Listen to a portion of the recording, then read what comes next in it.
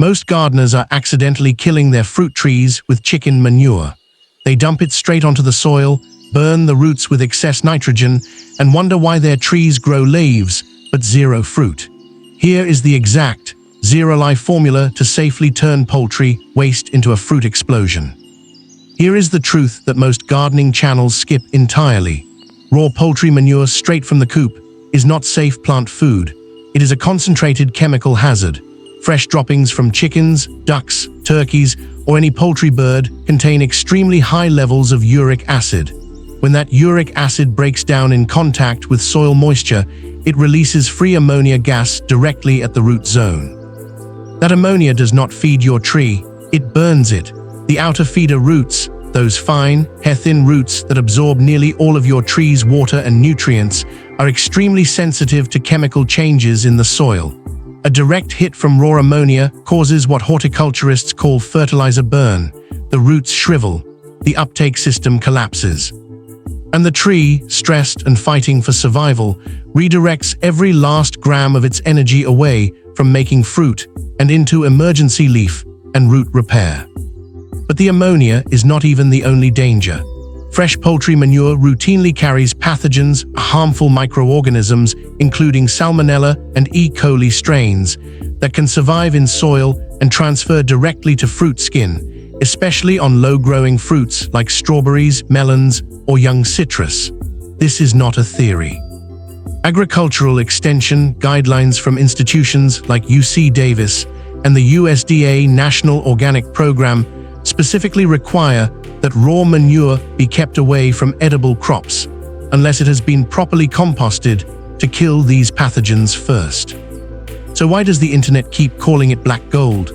Because it genuinely is, but only after you process it correctly. Raw poultry manure has one of the highest nitrogen contents of any organic fertilizer available to home growers. Chicken manure averages around 3% nitrogen, 3% phosphorus, and 2% potassium by dry weight, significantly higher than cow or horse manure. That raw potential is extraordinary. The problem is every single one of those nutrients is locked inside a chemical form that will injure your tree until you release and stabilize it through composting. This is where things get interesting. Composting manure is not complicated, but it requires precision on two specific variables. Get these right, and you will produce the most powerful organic soil amendment available to any home fruit grower. Miss either one, and you are either wasting months of waiting time or still spreading something dangerous. Variable 1 is the carbon-to-nitrogen ratio. Every compost pile needs a balance between carbon-rich materials, called browns, and nitrogen-rich materials, called greens. Poultry manure is an extremely hot nitrogen source. If you pile manure alone, it will not compost cleanly. It will mat, go anaerobic, and produce odors that will bring every neighbor on your street to your fence. To neutralize and balance it, mix 1 part poultry manure with at least 2 to 3 parts carbon material.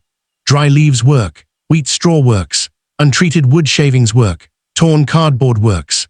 The carbon material slows the nitrogen release, creates air pockets inside the pile for oxygen flow, and feeds the beneficial microorganism populations that actually do the work of breaking everything down. Think of the manure as the fuel and the carbon as the engine. You need both to move. Variable 2 is temperature. This is the step that separates safe compost from dangerous compost. For the heat of the composting process to destroy Salmonella and other pathogens, the internal pile temperature must reach and hold between 55 and 65 degrees Celsius. That is 131 to 149 degrees Fahrenheit for a sustained period. USDA guidelines specify that the pile must maintain this temperature range for at least 3 consecutive days when using the turn pile method, or 15 days with 5 complete turnings within that window. To reach those temperatures, your pile needs size. A pile smaller than 1 cubic meter, roughly 3 feet by 3 feet by 3 feet, usually will not build enough internal heat. If your pile is small, insulate the outside with a layer of dry straw to hold the heat in. And if the pile cools down early, it almost always means it dried out. Poke it and check. A properly active compost pile should feel like a wrung-out sponge, moist, but never dripping. Now, how long does this actually take? If you are doing this from scratch, with the right carbon to nitrogen ratio, correct moisture, and regular turning every 7 to 10 days, you are looking at a minimum of 8 to 12 weeks for hot compost. But most extension guidelines recommend a full 5 to 6 months for passively managed piles before applying to fruit trees, simply because the risk of incomplete decomposition is too high. Here is how you know it is truly ready. It smells like fresh, clean earth after rain. It is dark brown to black, uniform in texture, and you cannot identify the original materials anymore. If it still smells like ammonia or like manure, it is not done. Do not rush it. One more note before we move to application. There is a difference between composted poultry manure and pelleted poultry manure products you find at garden centers. Bagged, pelleted manure has already been heat processed by the manufacturer. It is safer for immediate use, but slow-releasing and lower in living microbial life than freshly finished home compost. Both are valid tools. If you are building a new garden and need immediate results with low risk, the bagged pellets are a sensible starting point. If you have chickens or ducks at home and want to capture that full nutritional value, do your own composting using this method. Now this is where most gardeners, even experienced ones, make the most damaging mistake of all. They have done everything right. They have composted correctly, they have waited patiently, and then they walk up to their fruit tree, dump a pile of compost against the trunk, pat it flat, and walk away feeling proud. Within 6 weeks, the bark at the base of the tree begins to soften. Within a season, they have crown rot. The tree that survived 2 years of neglect dies because of kindness applied in the wrong place. Organic material packed against a trunk traps moisture against the bark. Bark is not designed to stay continuously wet. It needs air circulation. When you pile compost or mulch against a trunk, you create a warm, moist, oxygen-deprived zone, exactly the conditions that root rot fungi and bark-feeding insects need to establish and thrive. Keep all compost and mulch at least 6 to 8 inches away from the base of the trunk. Always. No exceptions. So where exactly do you apply it? This is the concept that will permanently change how you fertilize every tree on your property. It is called the drip line. Stand back from your tree and look up. Find the outermost tips of the branches, the farthest reaching leaves. Now look straight down from those leaf tips to the ground. That circle on the soil directly below the canopy edge is your drip line. And this is where the majority of your tree's active feeder roots are concentrated. The reason feeder roots concentrate at the drip line is elegant and completely logical. When rain falls on the tree, it hits the leaves and runs outward along the branches, dripping off at the canopy edge. Over years, the tree has evolved to position its most active root growth precisely where water arrives naturally. So when you apply nutrients at the drip line, you are placing them directly on top of the roots that are already positioned and ready to absorb them. Applying fertilizer at the trunk puts nutrients where the structural roots live, the thick, woody roots that anchor the tree but do very little nutrient absorption. Here is the exact application method. Take a garden hoe or a narrow spade. Moving in a circle around the outside of the canopy edge, scrape back the existing mulch or surface soil to create a shallow trench, roughly 3 to 4 inches deep and 6 to 8 inches wide. You are not digging aggressively. You are creating a gentle depression that will hold your compost in place while the rain and irrigation carry the nutrients downward into the root zone. Into that trench, apply your finished compost. The recommended depth is 2 inches, no more. Piling it thicker does not give faster results. Beyond 2 inches, the lower layer compacts, restricts oxygen to the roots beneath, and the nutrients in the bottom layers become unavailable until the top breaks down. 2 inches evenly spread around the full circle. Even distribution matters. If you pile it thicker on one side than the other, you will get uneven root stimulation and uneven fruit development across the canopy. One more application note. When should you do this? For most fruit trees in temperate climates, the most productive window for a manure compost application is late winter to very early spring, just before the tree breaks dormancy and starts pushing new growth.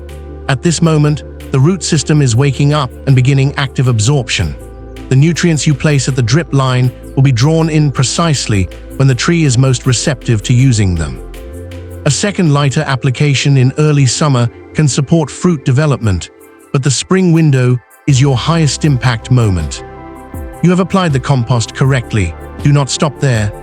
Leaving finished compost exposed on the soil surface is one of the most common ways home growers lose a significant portion of the nutrients they spent months producing. Here is what happens when you leave compost uncovered.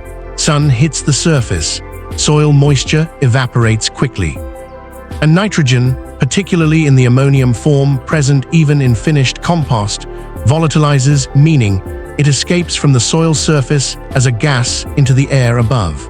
You lose real nitrogen to the atmosphere before your roots ever see it. The solution is simple, and it adds a second layer of benefit on top of the first.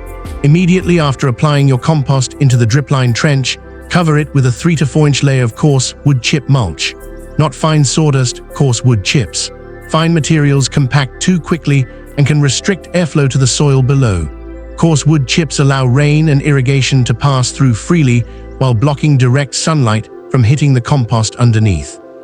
That mulch layer does 3 things simultaneously. First, it slows moisture evaporation from the soil underneath, keeping the root zone consistently moist between waterings. Second, it suppresses weed growth in the area around the drip line, eliminating root competition from opportunistic grasses and weeds. Third, as the wood chips slowly decompose over many months, they feed the fungal networks in your soil, and those fungal networks are directly connected to your fruit tree's root system, extending its nutrient reach far beyond what the roots alone can access. But most gardeners never realize the full importance of what happens underground when you combine composted poultry manure with a wood chip mulch layer on a fruit tree. Poultry manure compost is exceptionally high in phosphorus. Phosphorus is the primary nutrient responsible for root development and critically for fruit growers, flower and fruit set. Trees deficient in phosphorus produce flowers that drop before fruit can develop. They bloom, briefly look promising, and then the petals fall and nothing follows. Sound familiar? The phosphorus in composted poultry manure is released slowly in a plant-available form over a full growing season. Unlike synthetic phosphorus fertilizers, which can lock up quickly in certain soil types and become unavailable, organic phosphorus released through microbial activity in your compost stays in a biologically active form longer. This is the core reason experienced organic orchardists consistently produce more fruit per tree over a 5 to 10 year horizon compared to growers using conventional synthetic inputs alone. The soil ecology builds, it does not deplete. There is one final step that completes the system. After you lay the compost and the mulch, water the entire dripline area deeply.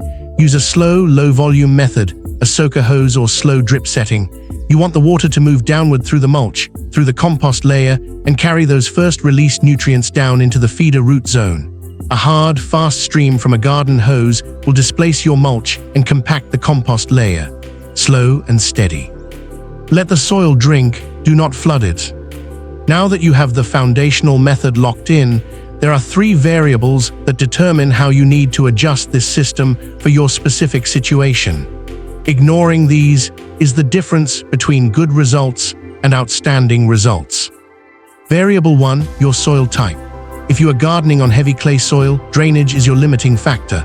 Clay holds water for long periods, and excess moisture sitting around a compost layer can push organic matter into anaerobic breakdown, which produces acids harmful to feeder roots. On clay soil, reduce your compost layer to 1 inch rather than 2, and make absolutely certain you are using coarse wood chip mulch, not fine material, to maintain air pockets at the soil surface. If your drainage is poor enough that water pools near your trees after rain, address the drainage problem first before amending with any organic material. If you are on sandy soil, the adjustment goes the other direction. Sandy soil drains so quickly that nutrients leach through before the roots have full opportunity to absorb them. On sandy soil, you can increase the compost layer to 2.5 inches and apply the mulch slightly thicker, up to 5 inches, to slow surface evaporation and extend the window during which moisture and nutrients remain available in the upper root zone. You may also benefit from a second application in early to mid-summer on very sandy ground. Variable 2, the age of your tree. Young trees, anything in their first 2 years of establishment need different management than mature-bearing trees. A young tree is focused entirely on root and canopy establishment. Giving it a heavy dose of nitrogen-forward compost in year 1 can push rapid, soft vegetative growth, long shoots, large leaves that looks impressive but is structurally weak and highly attractive to pest insects like aphids. For trees in their first 2 years, use a smaller, lighter application, half the compost depth, and focus the placement slightly closer to the trunk than the canopy edge, since the root system has not yet spread to the drip line. Variable 3, species sensitivity. Not all fruit trees respond identically to high nitrogen amendments. Stone fruits, peaches, plums, cherries, nectarines are vigorous growers that respond very positively to manure-based compost, particularly in terms of fruit size and sugar content. Citrus also responds very well, especially when potassium levels in the compost are sufficient. However, apple and pear trees on dwarfing rootstocks are notably sensitive to excess nitrogen. Too much nitrogen in an apple on dwarfing rootstock pushes the tree toward excessive shoot growth at the direct expense of flowering and fruiting. For dwarf apple and pear varieties, reduce the application rate by about 30% and skip the midsummer application entirely. And this is where things get interesting for growers who keep multiple species on the same property. Building a single unified compost system, one well-maintained pile, and adjusting only the application rate and timing per species is far more practical than trying to create multiple specialized fertilizer mixes. Master the compost, then adjust how you use it. Before we get to the result, let us go through the 5 most common mistakes that undo all of this work.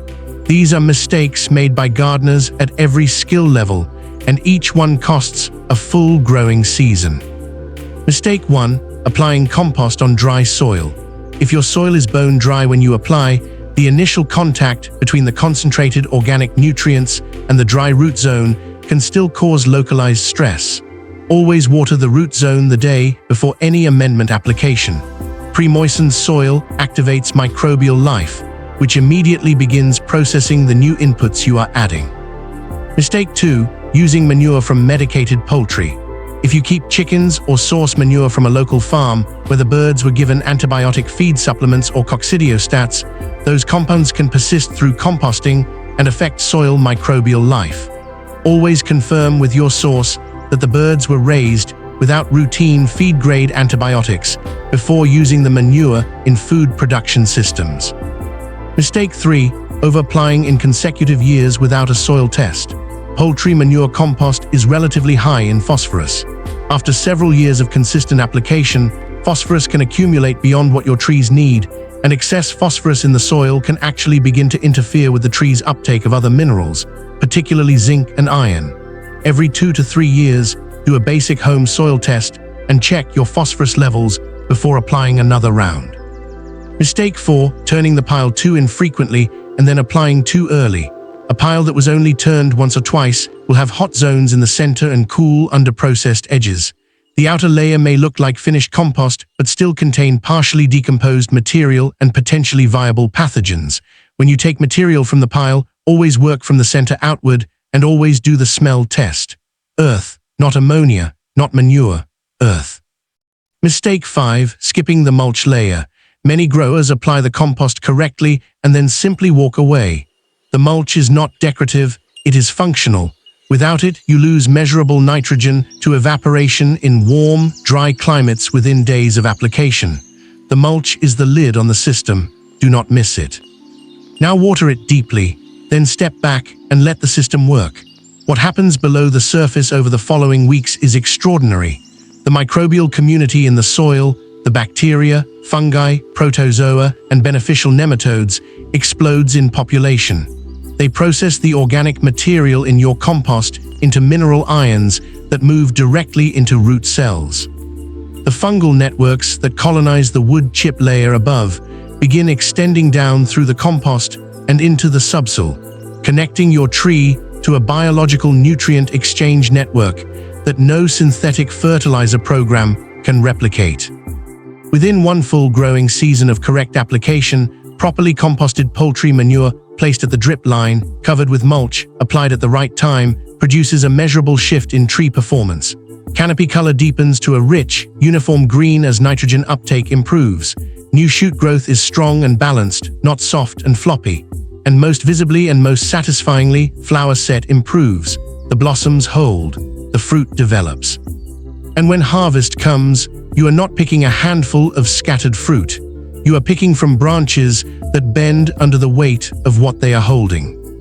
No chemical additives, no expensive synthetic programs, just composted biology applied with precision in the right place at the right time. But remember, do not rush the process, because if you do, most gardeners are accidentally killing their fruit trees with chicken manure, but not you. Now you know the exact method. Cure it correctly, apply it at the drip line, layer the mulch, and time it to early spring. If you found this useful, the next video linked right now walks through how to build a complete no-dig fruit garden food forest using only materials most homesteaders already have on their property. See you there.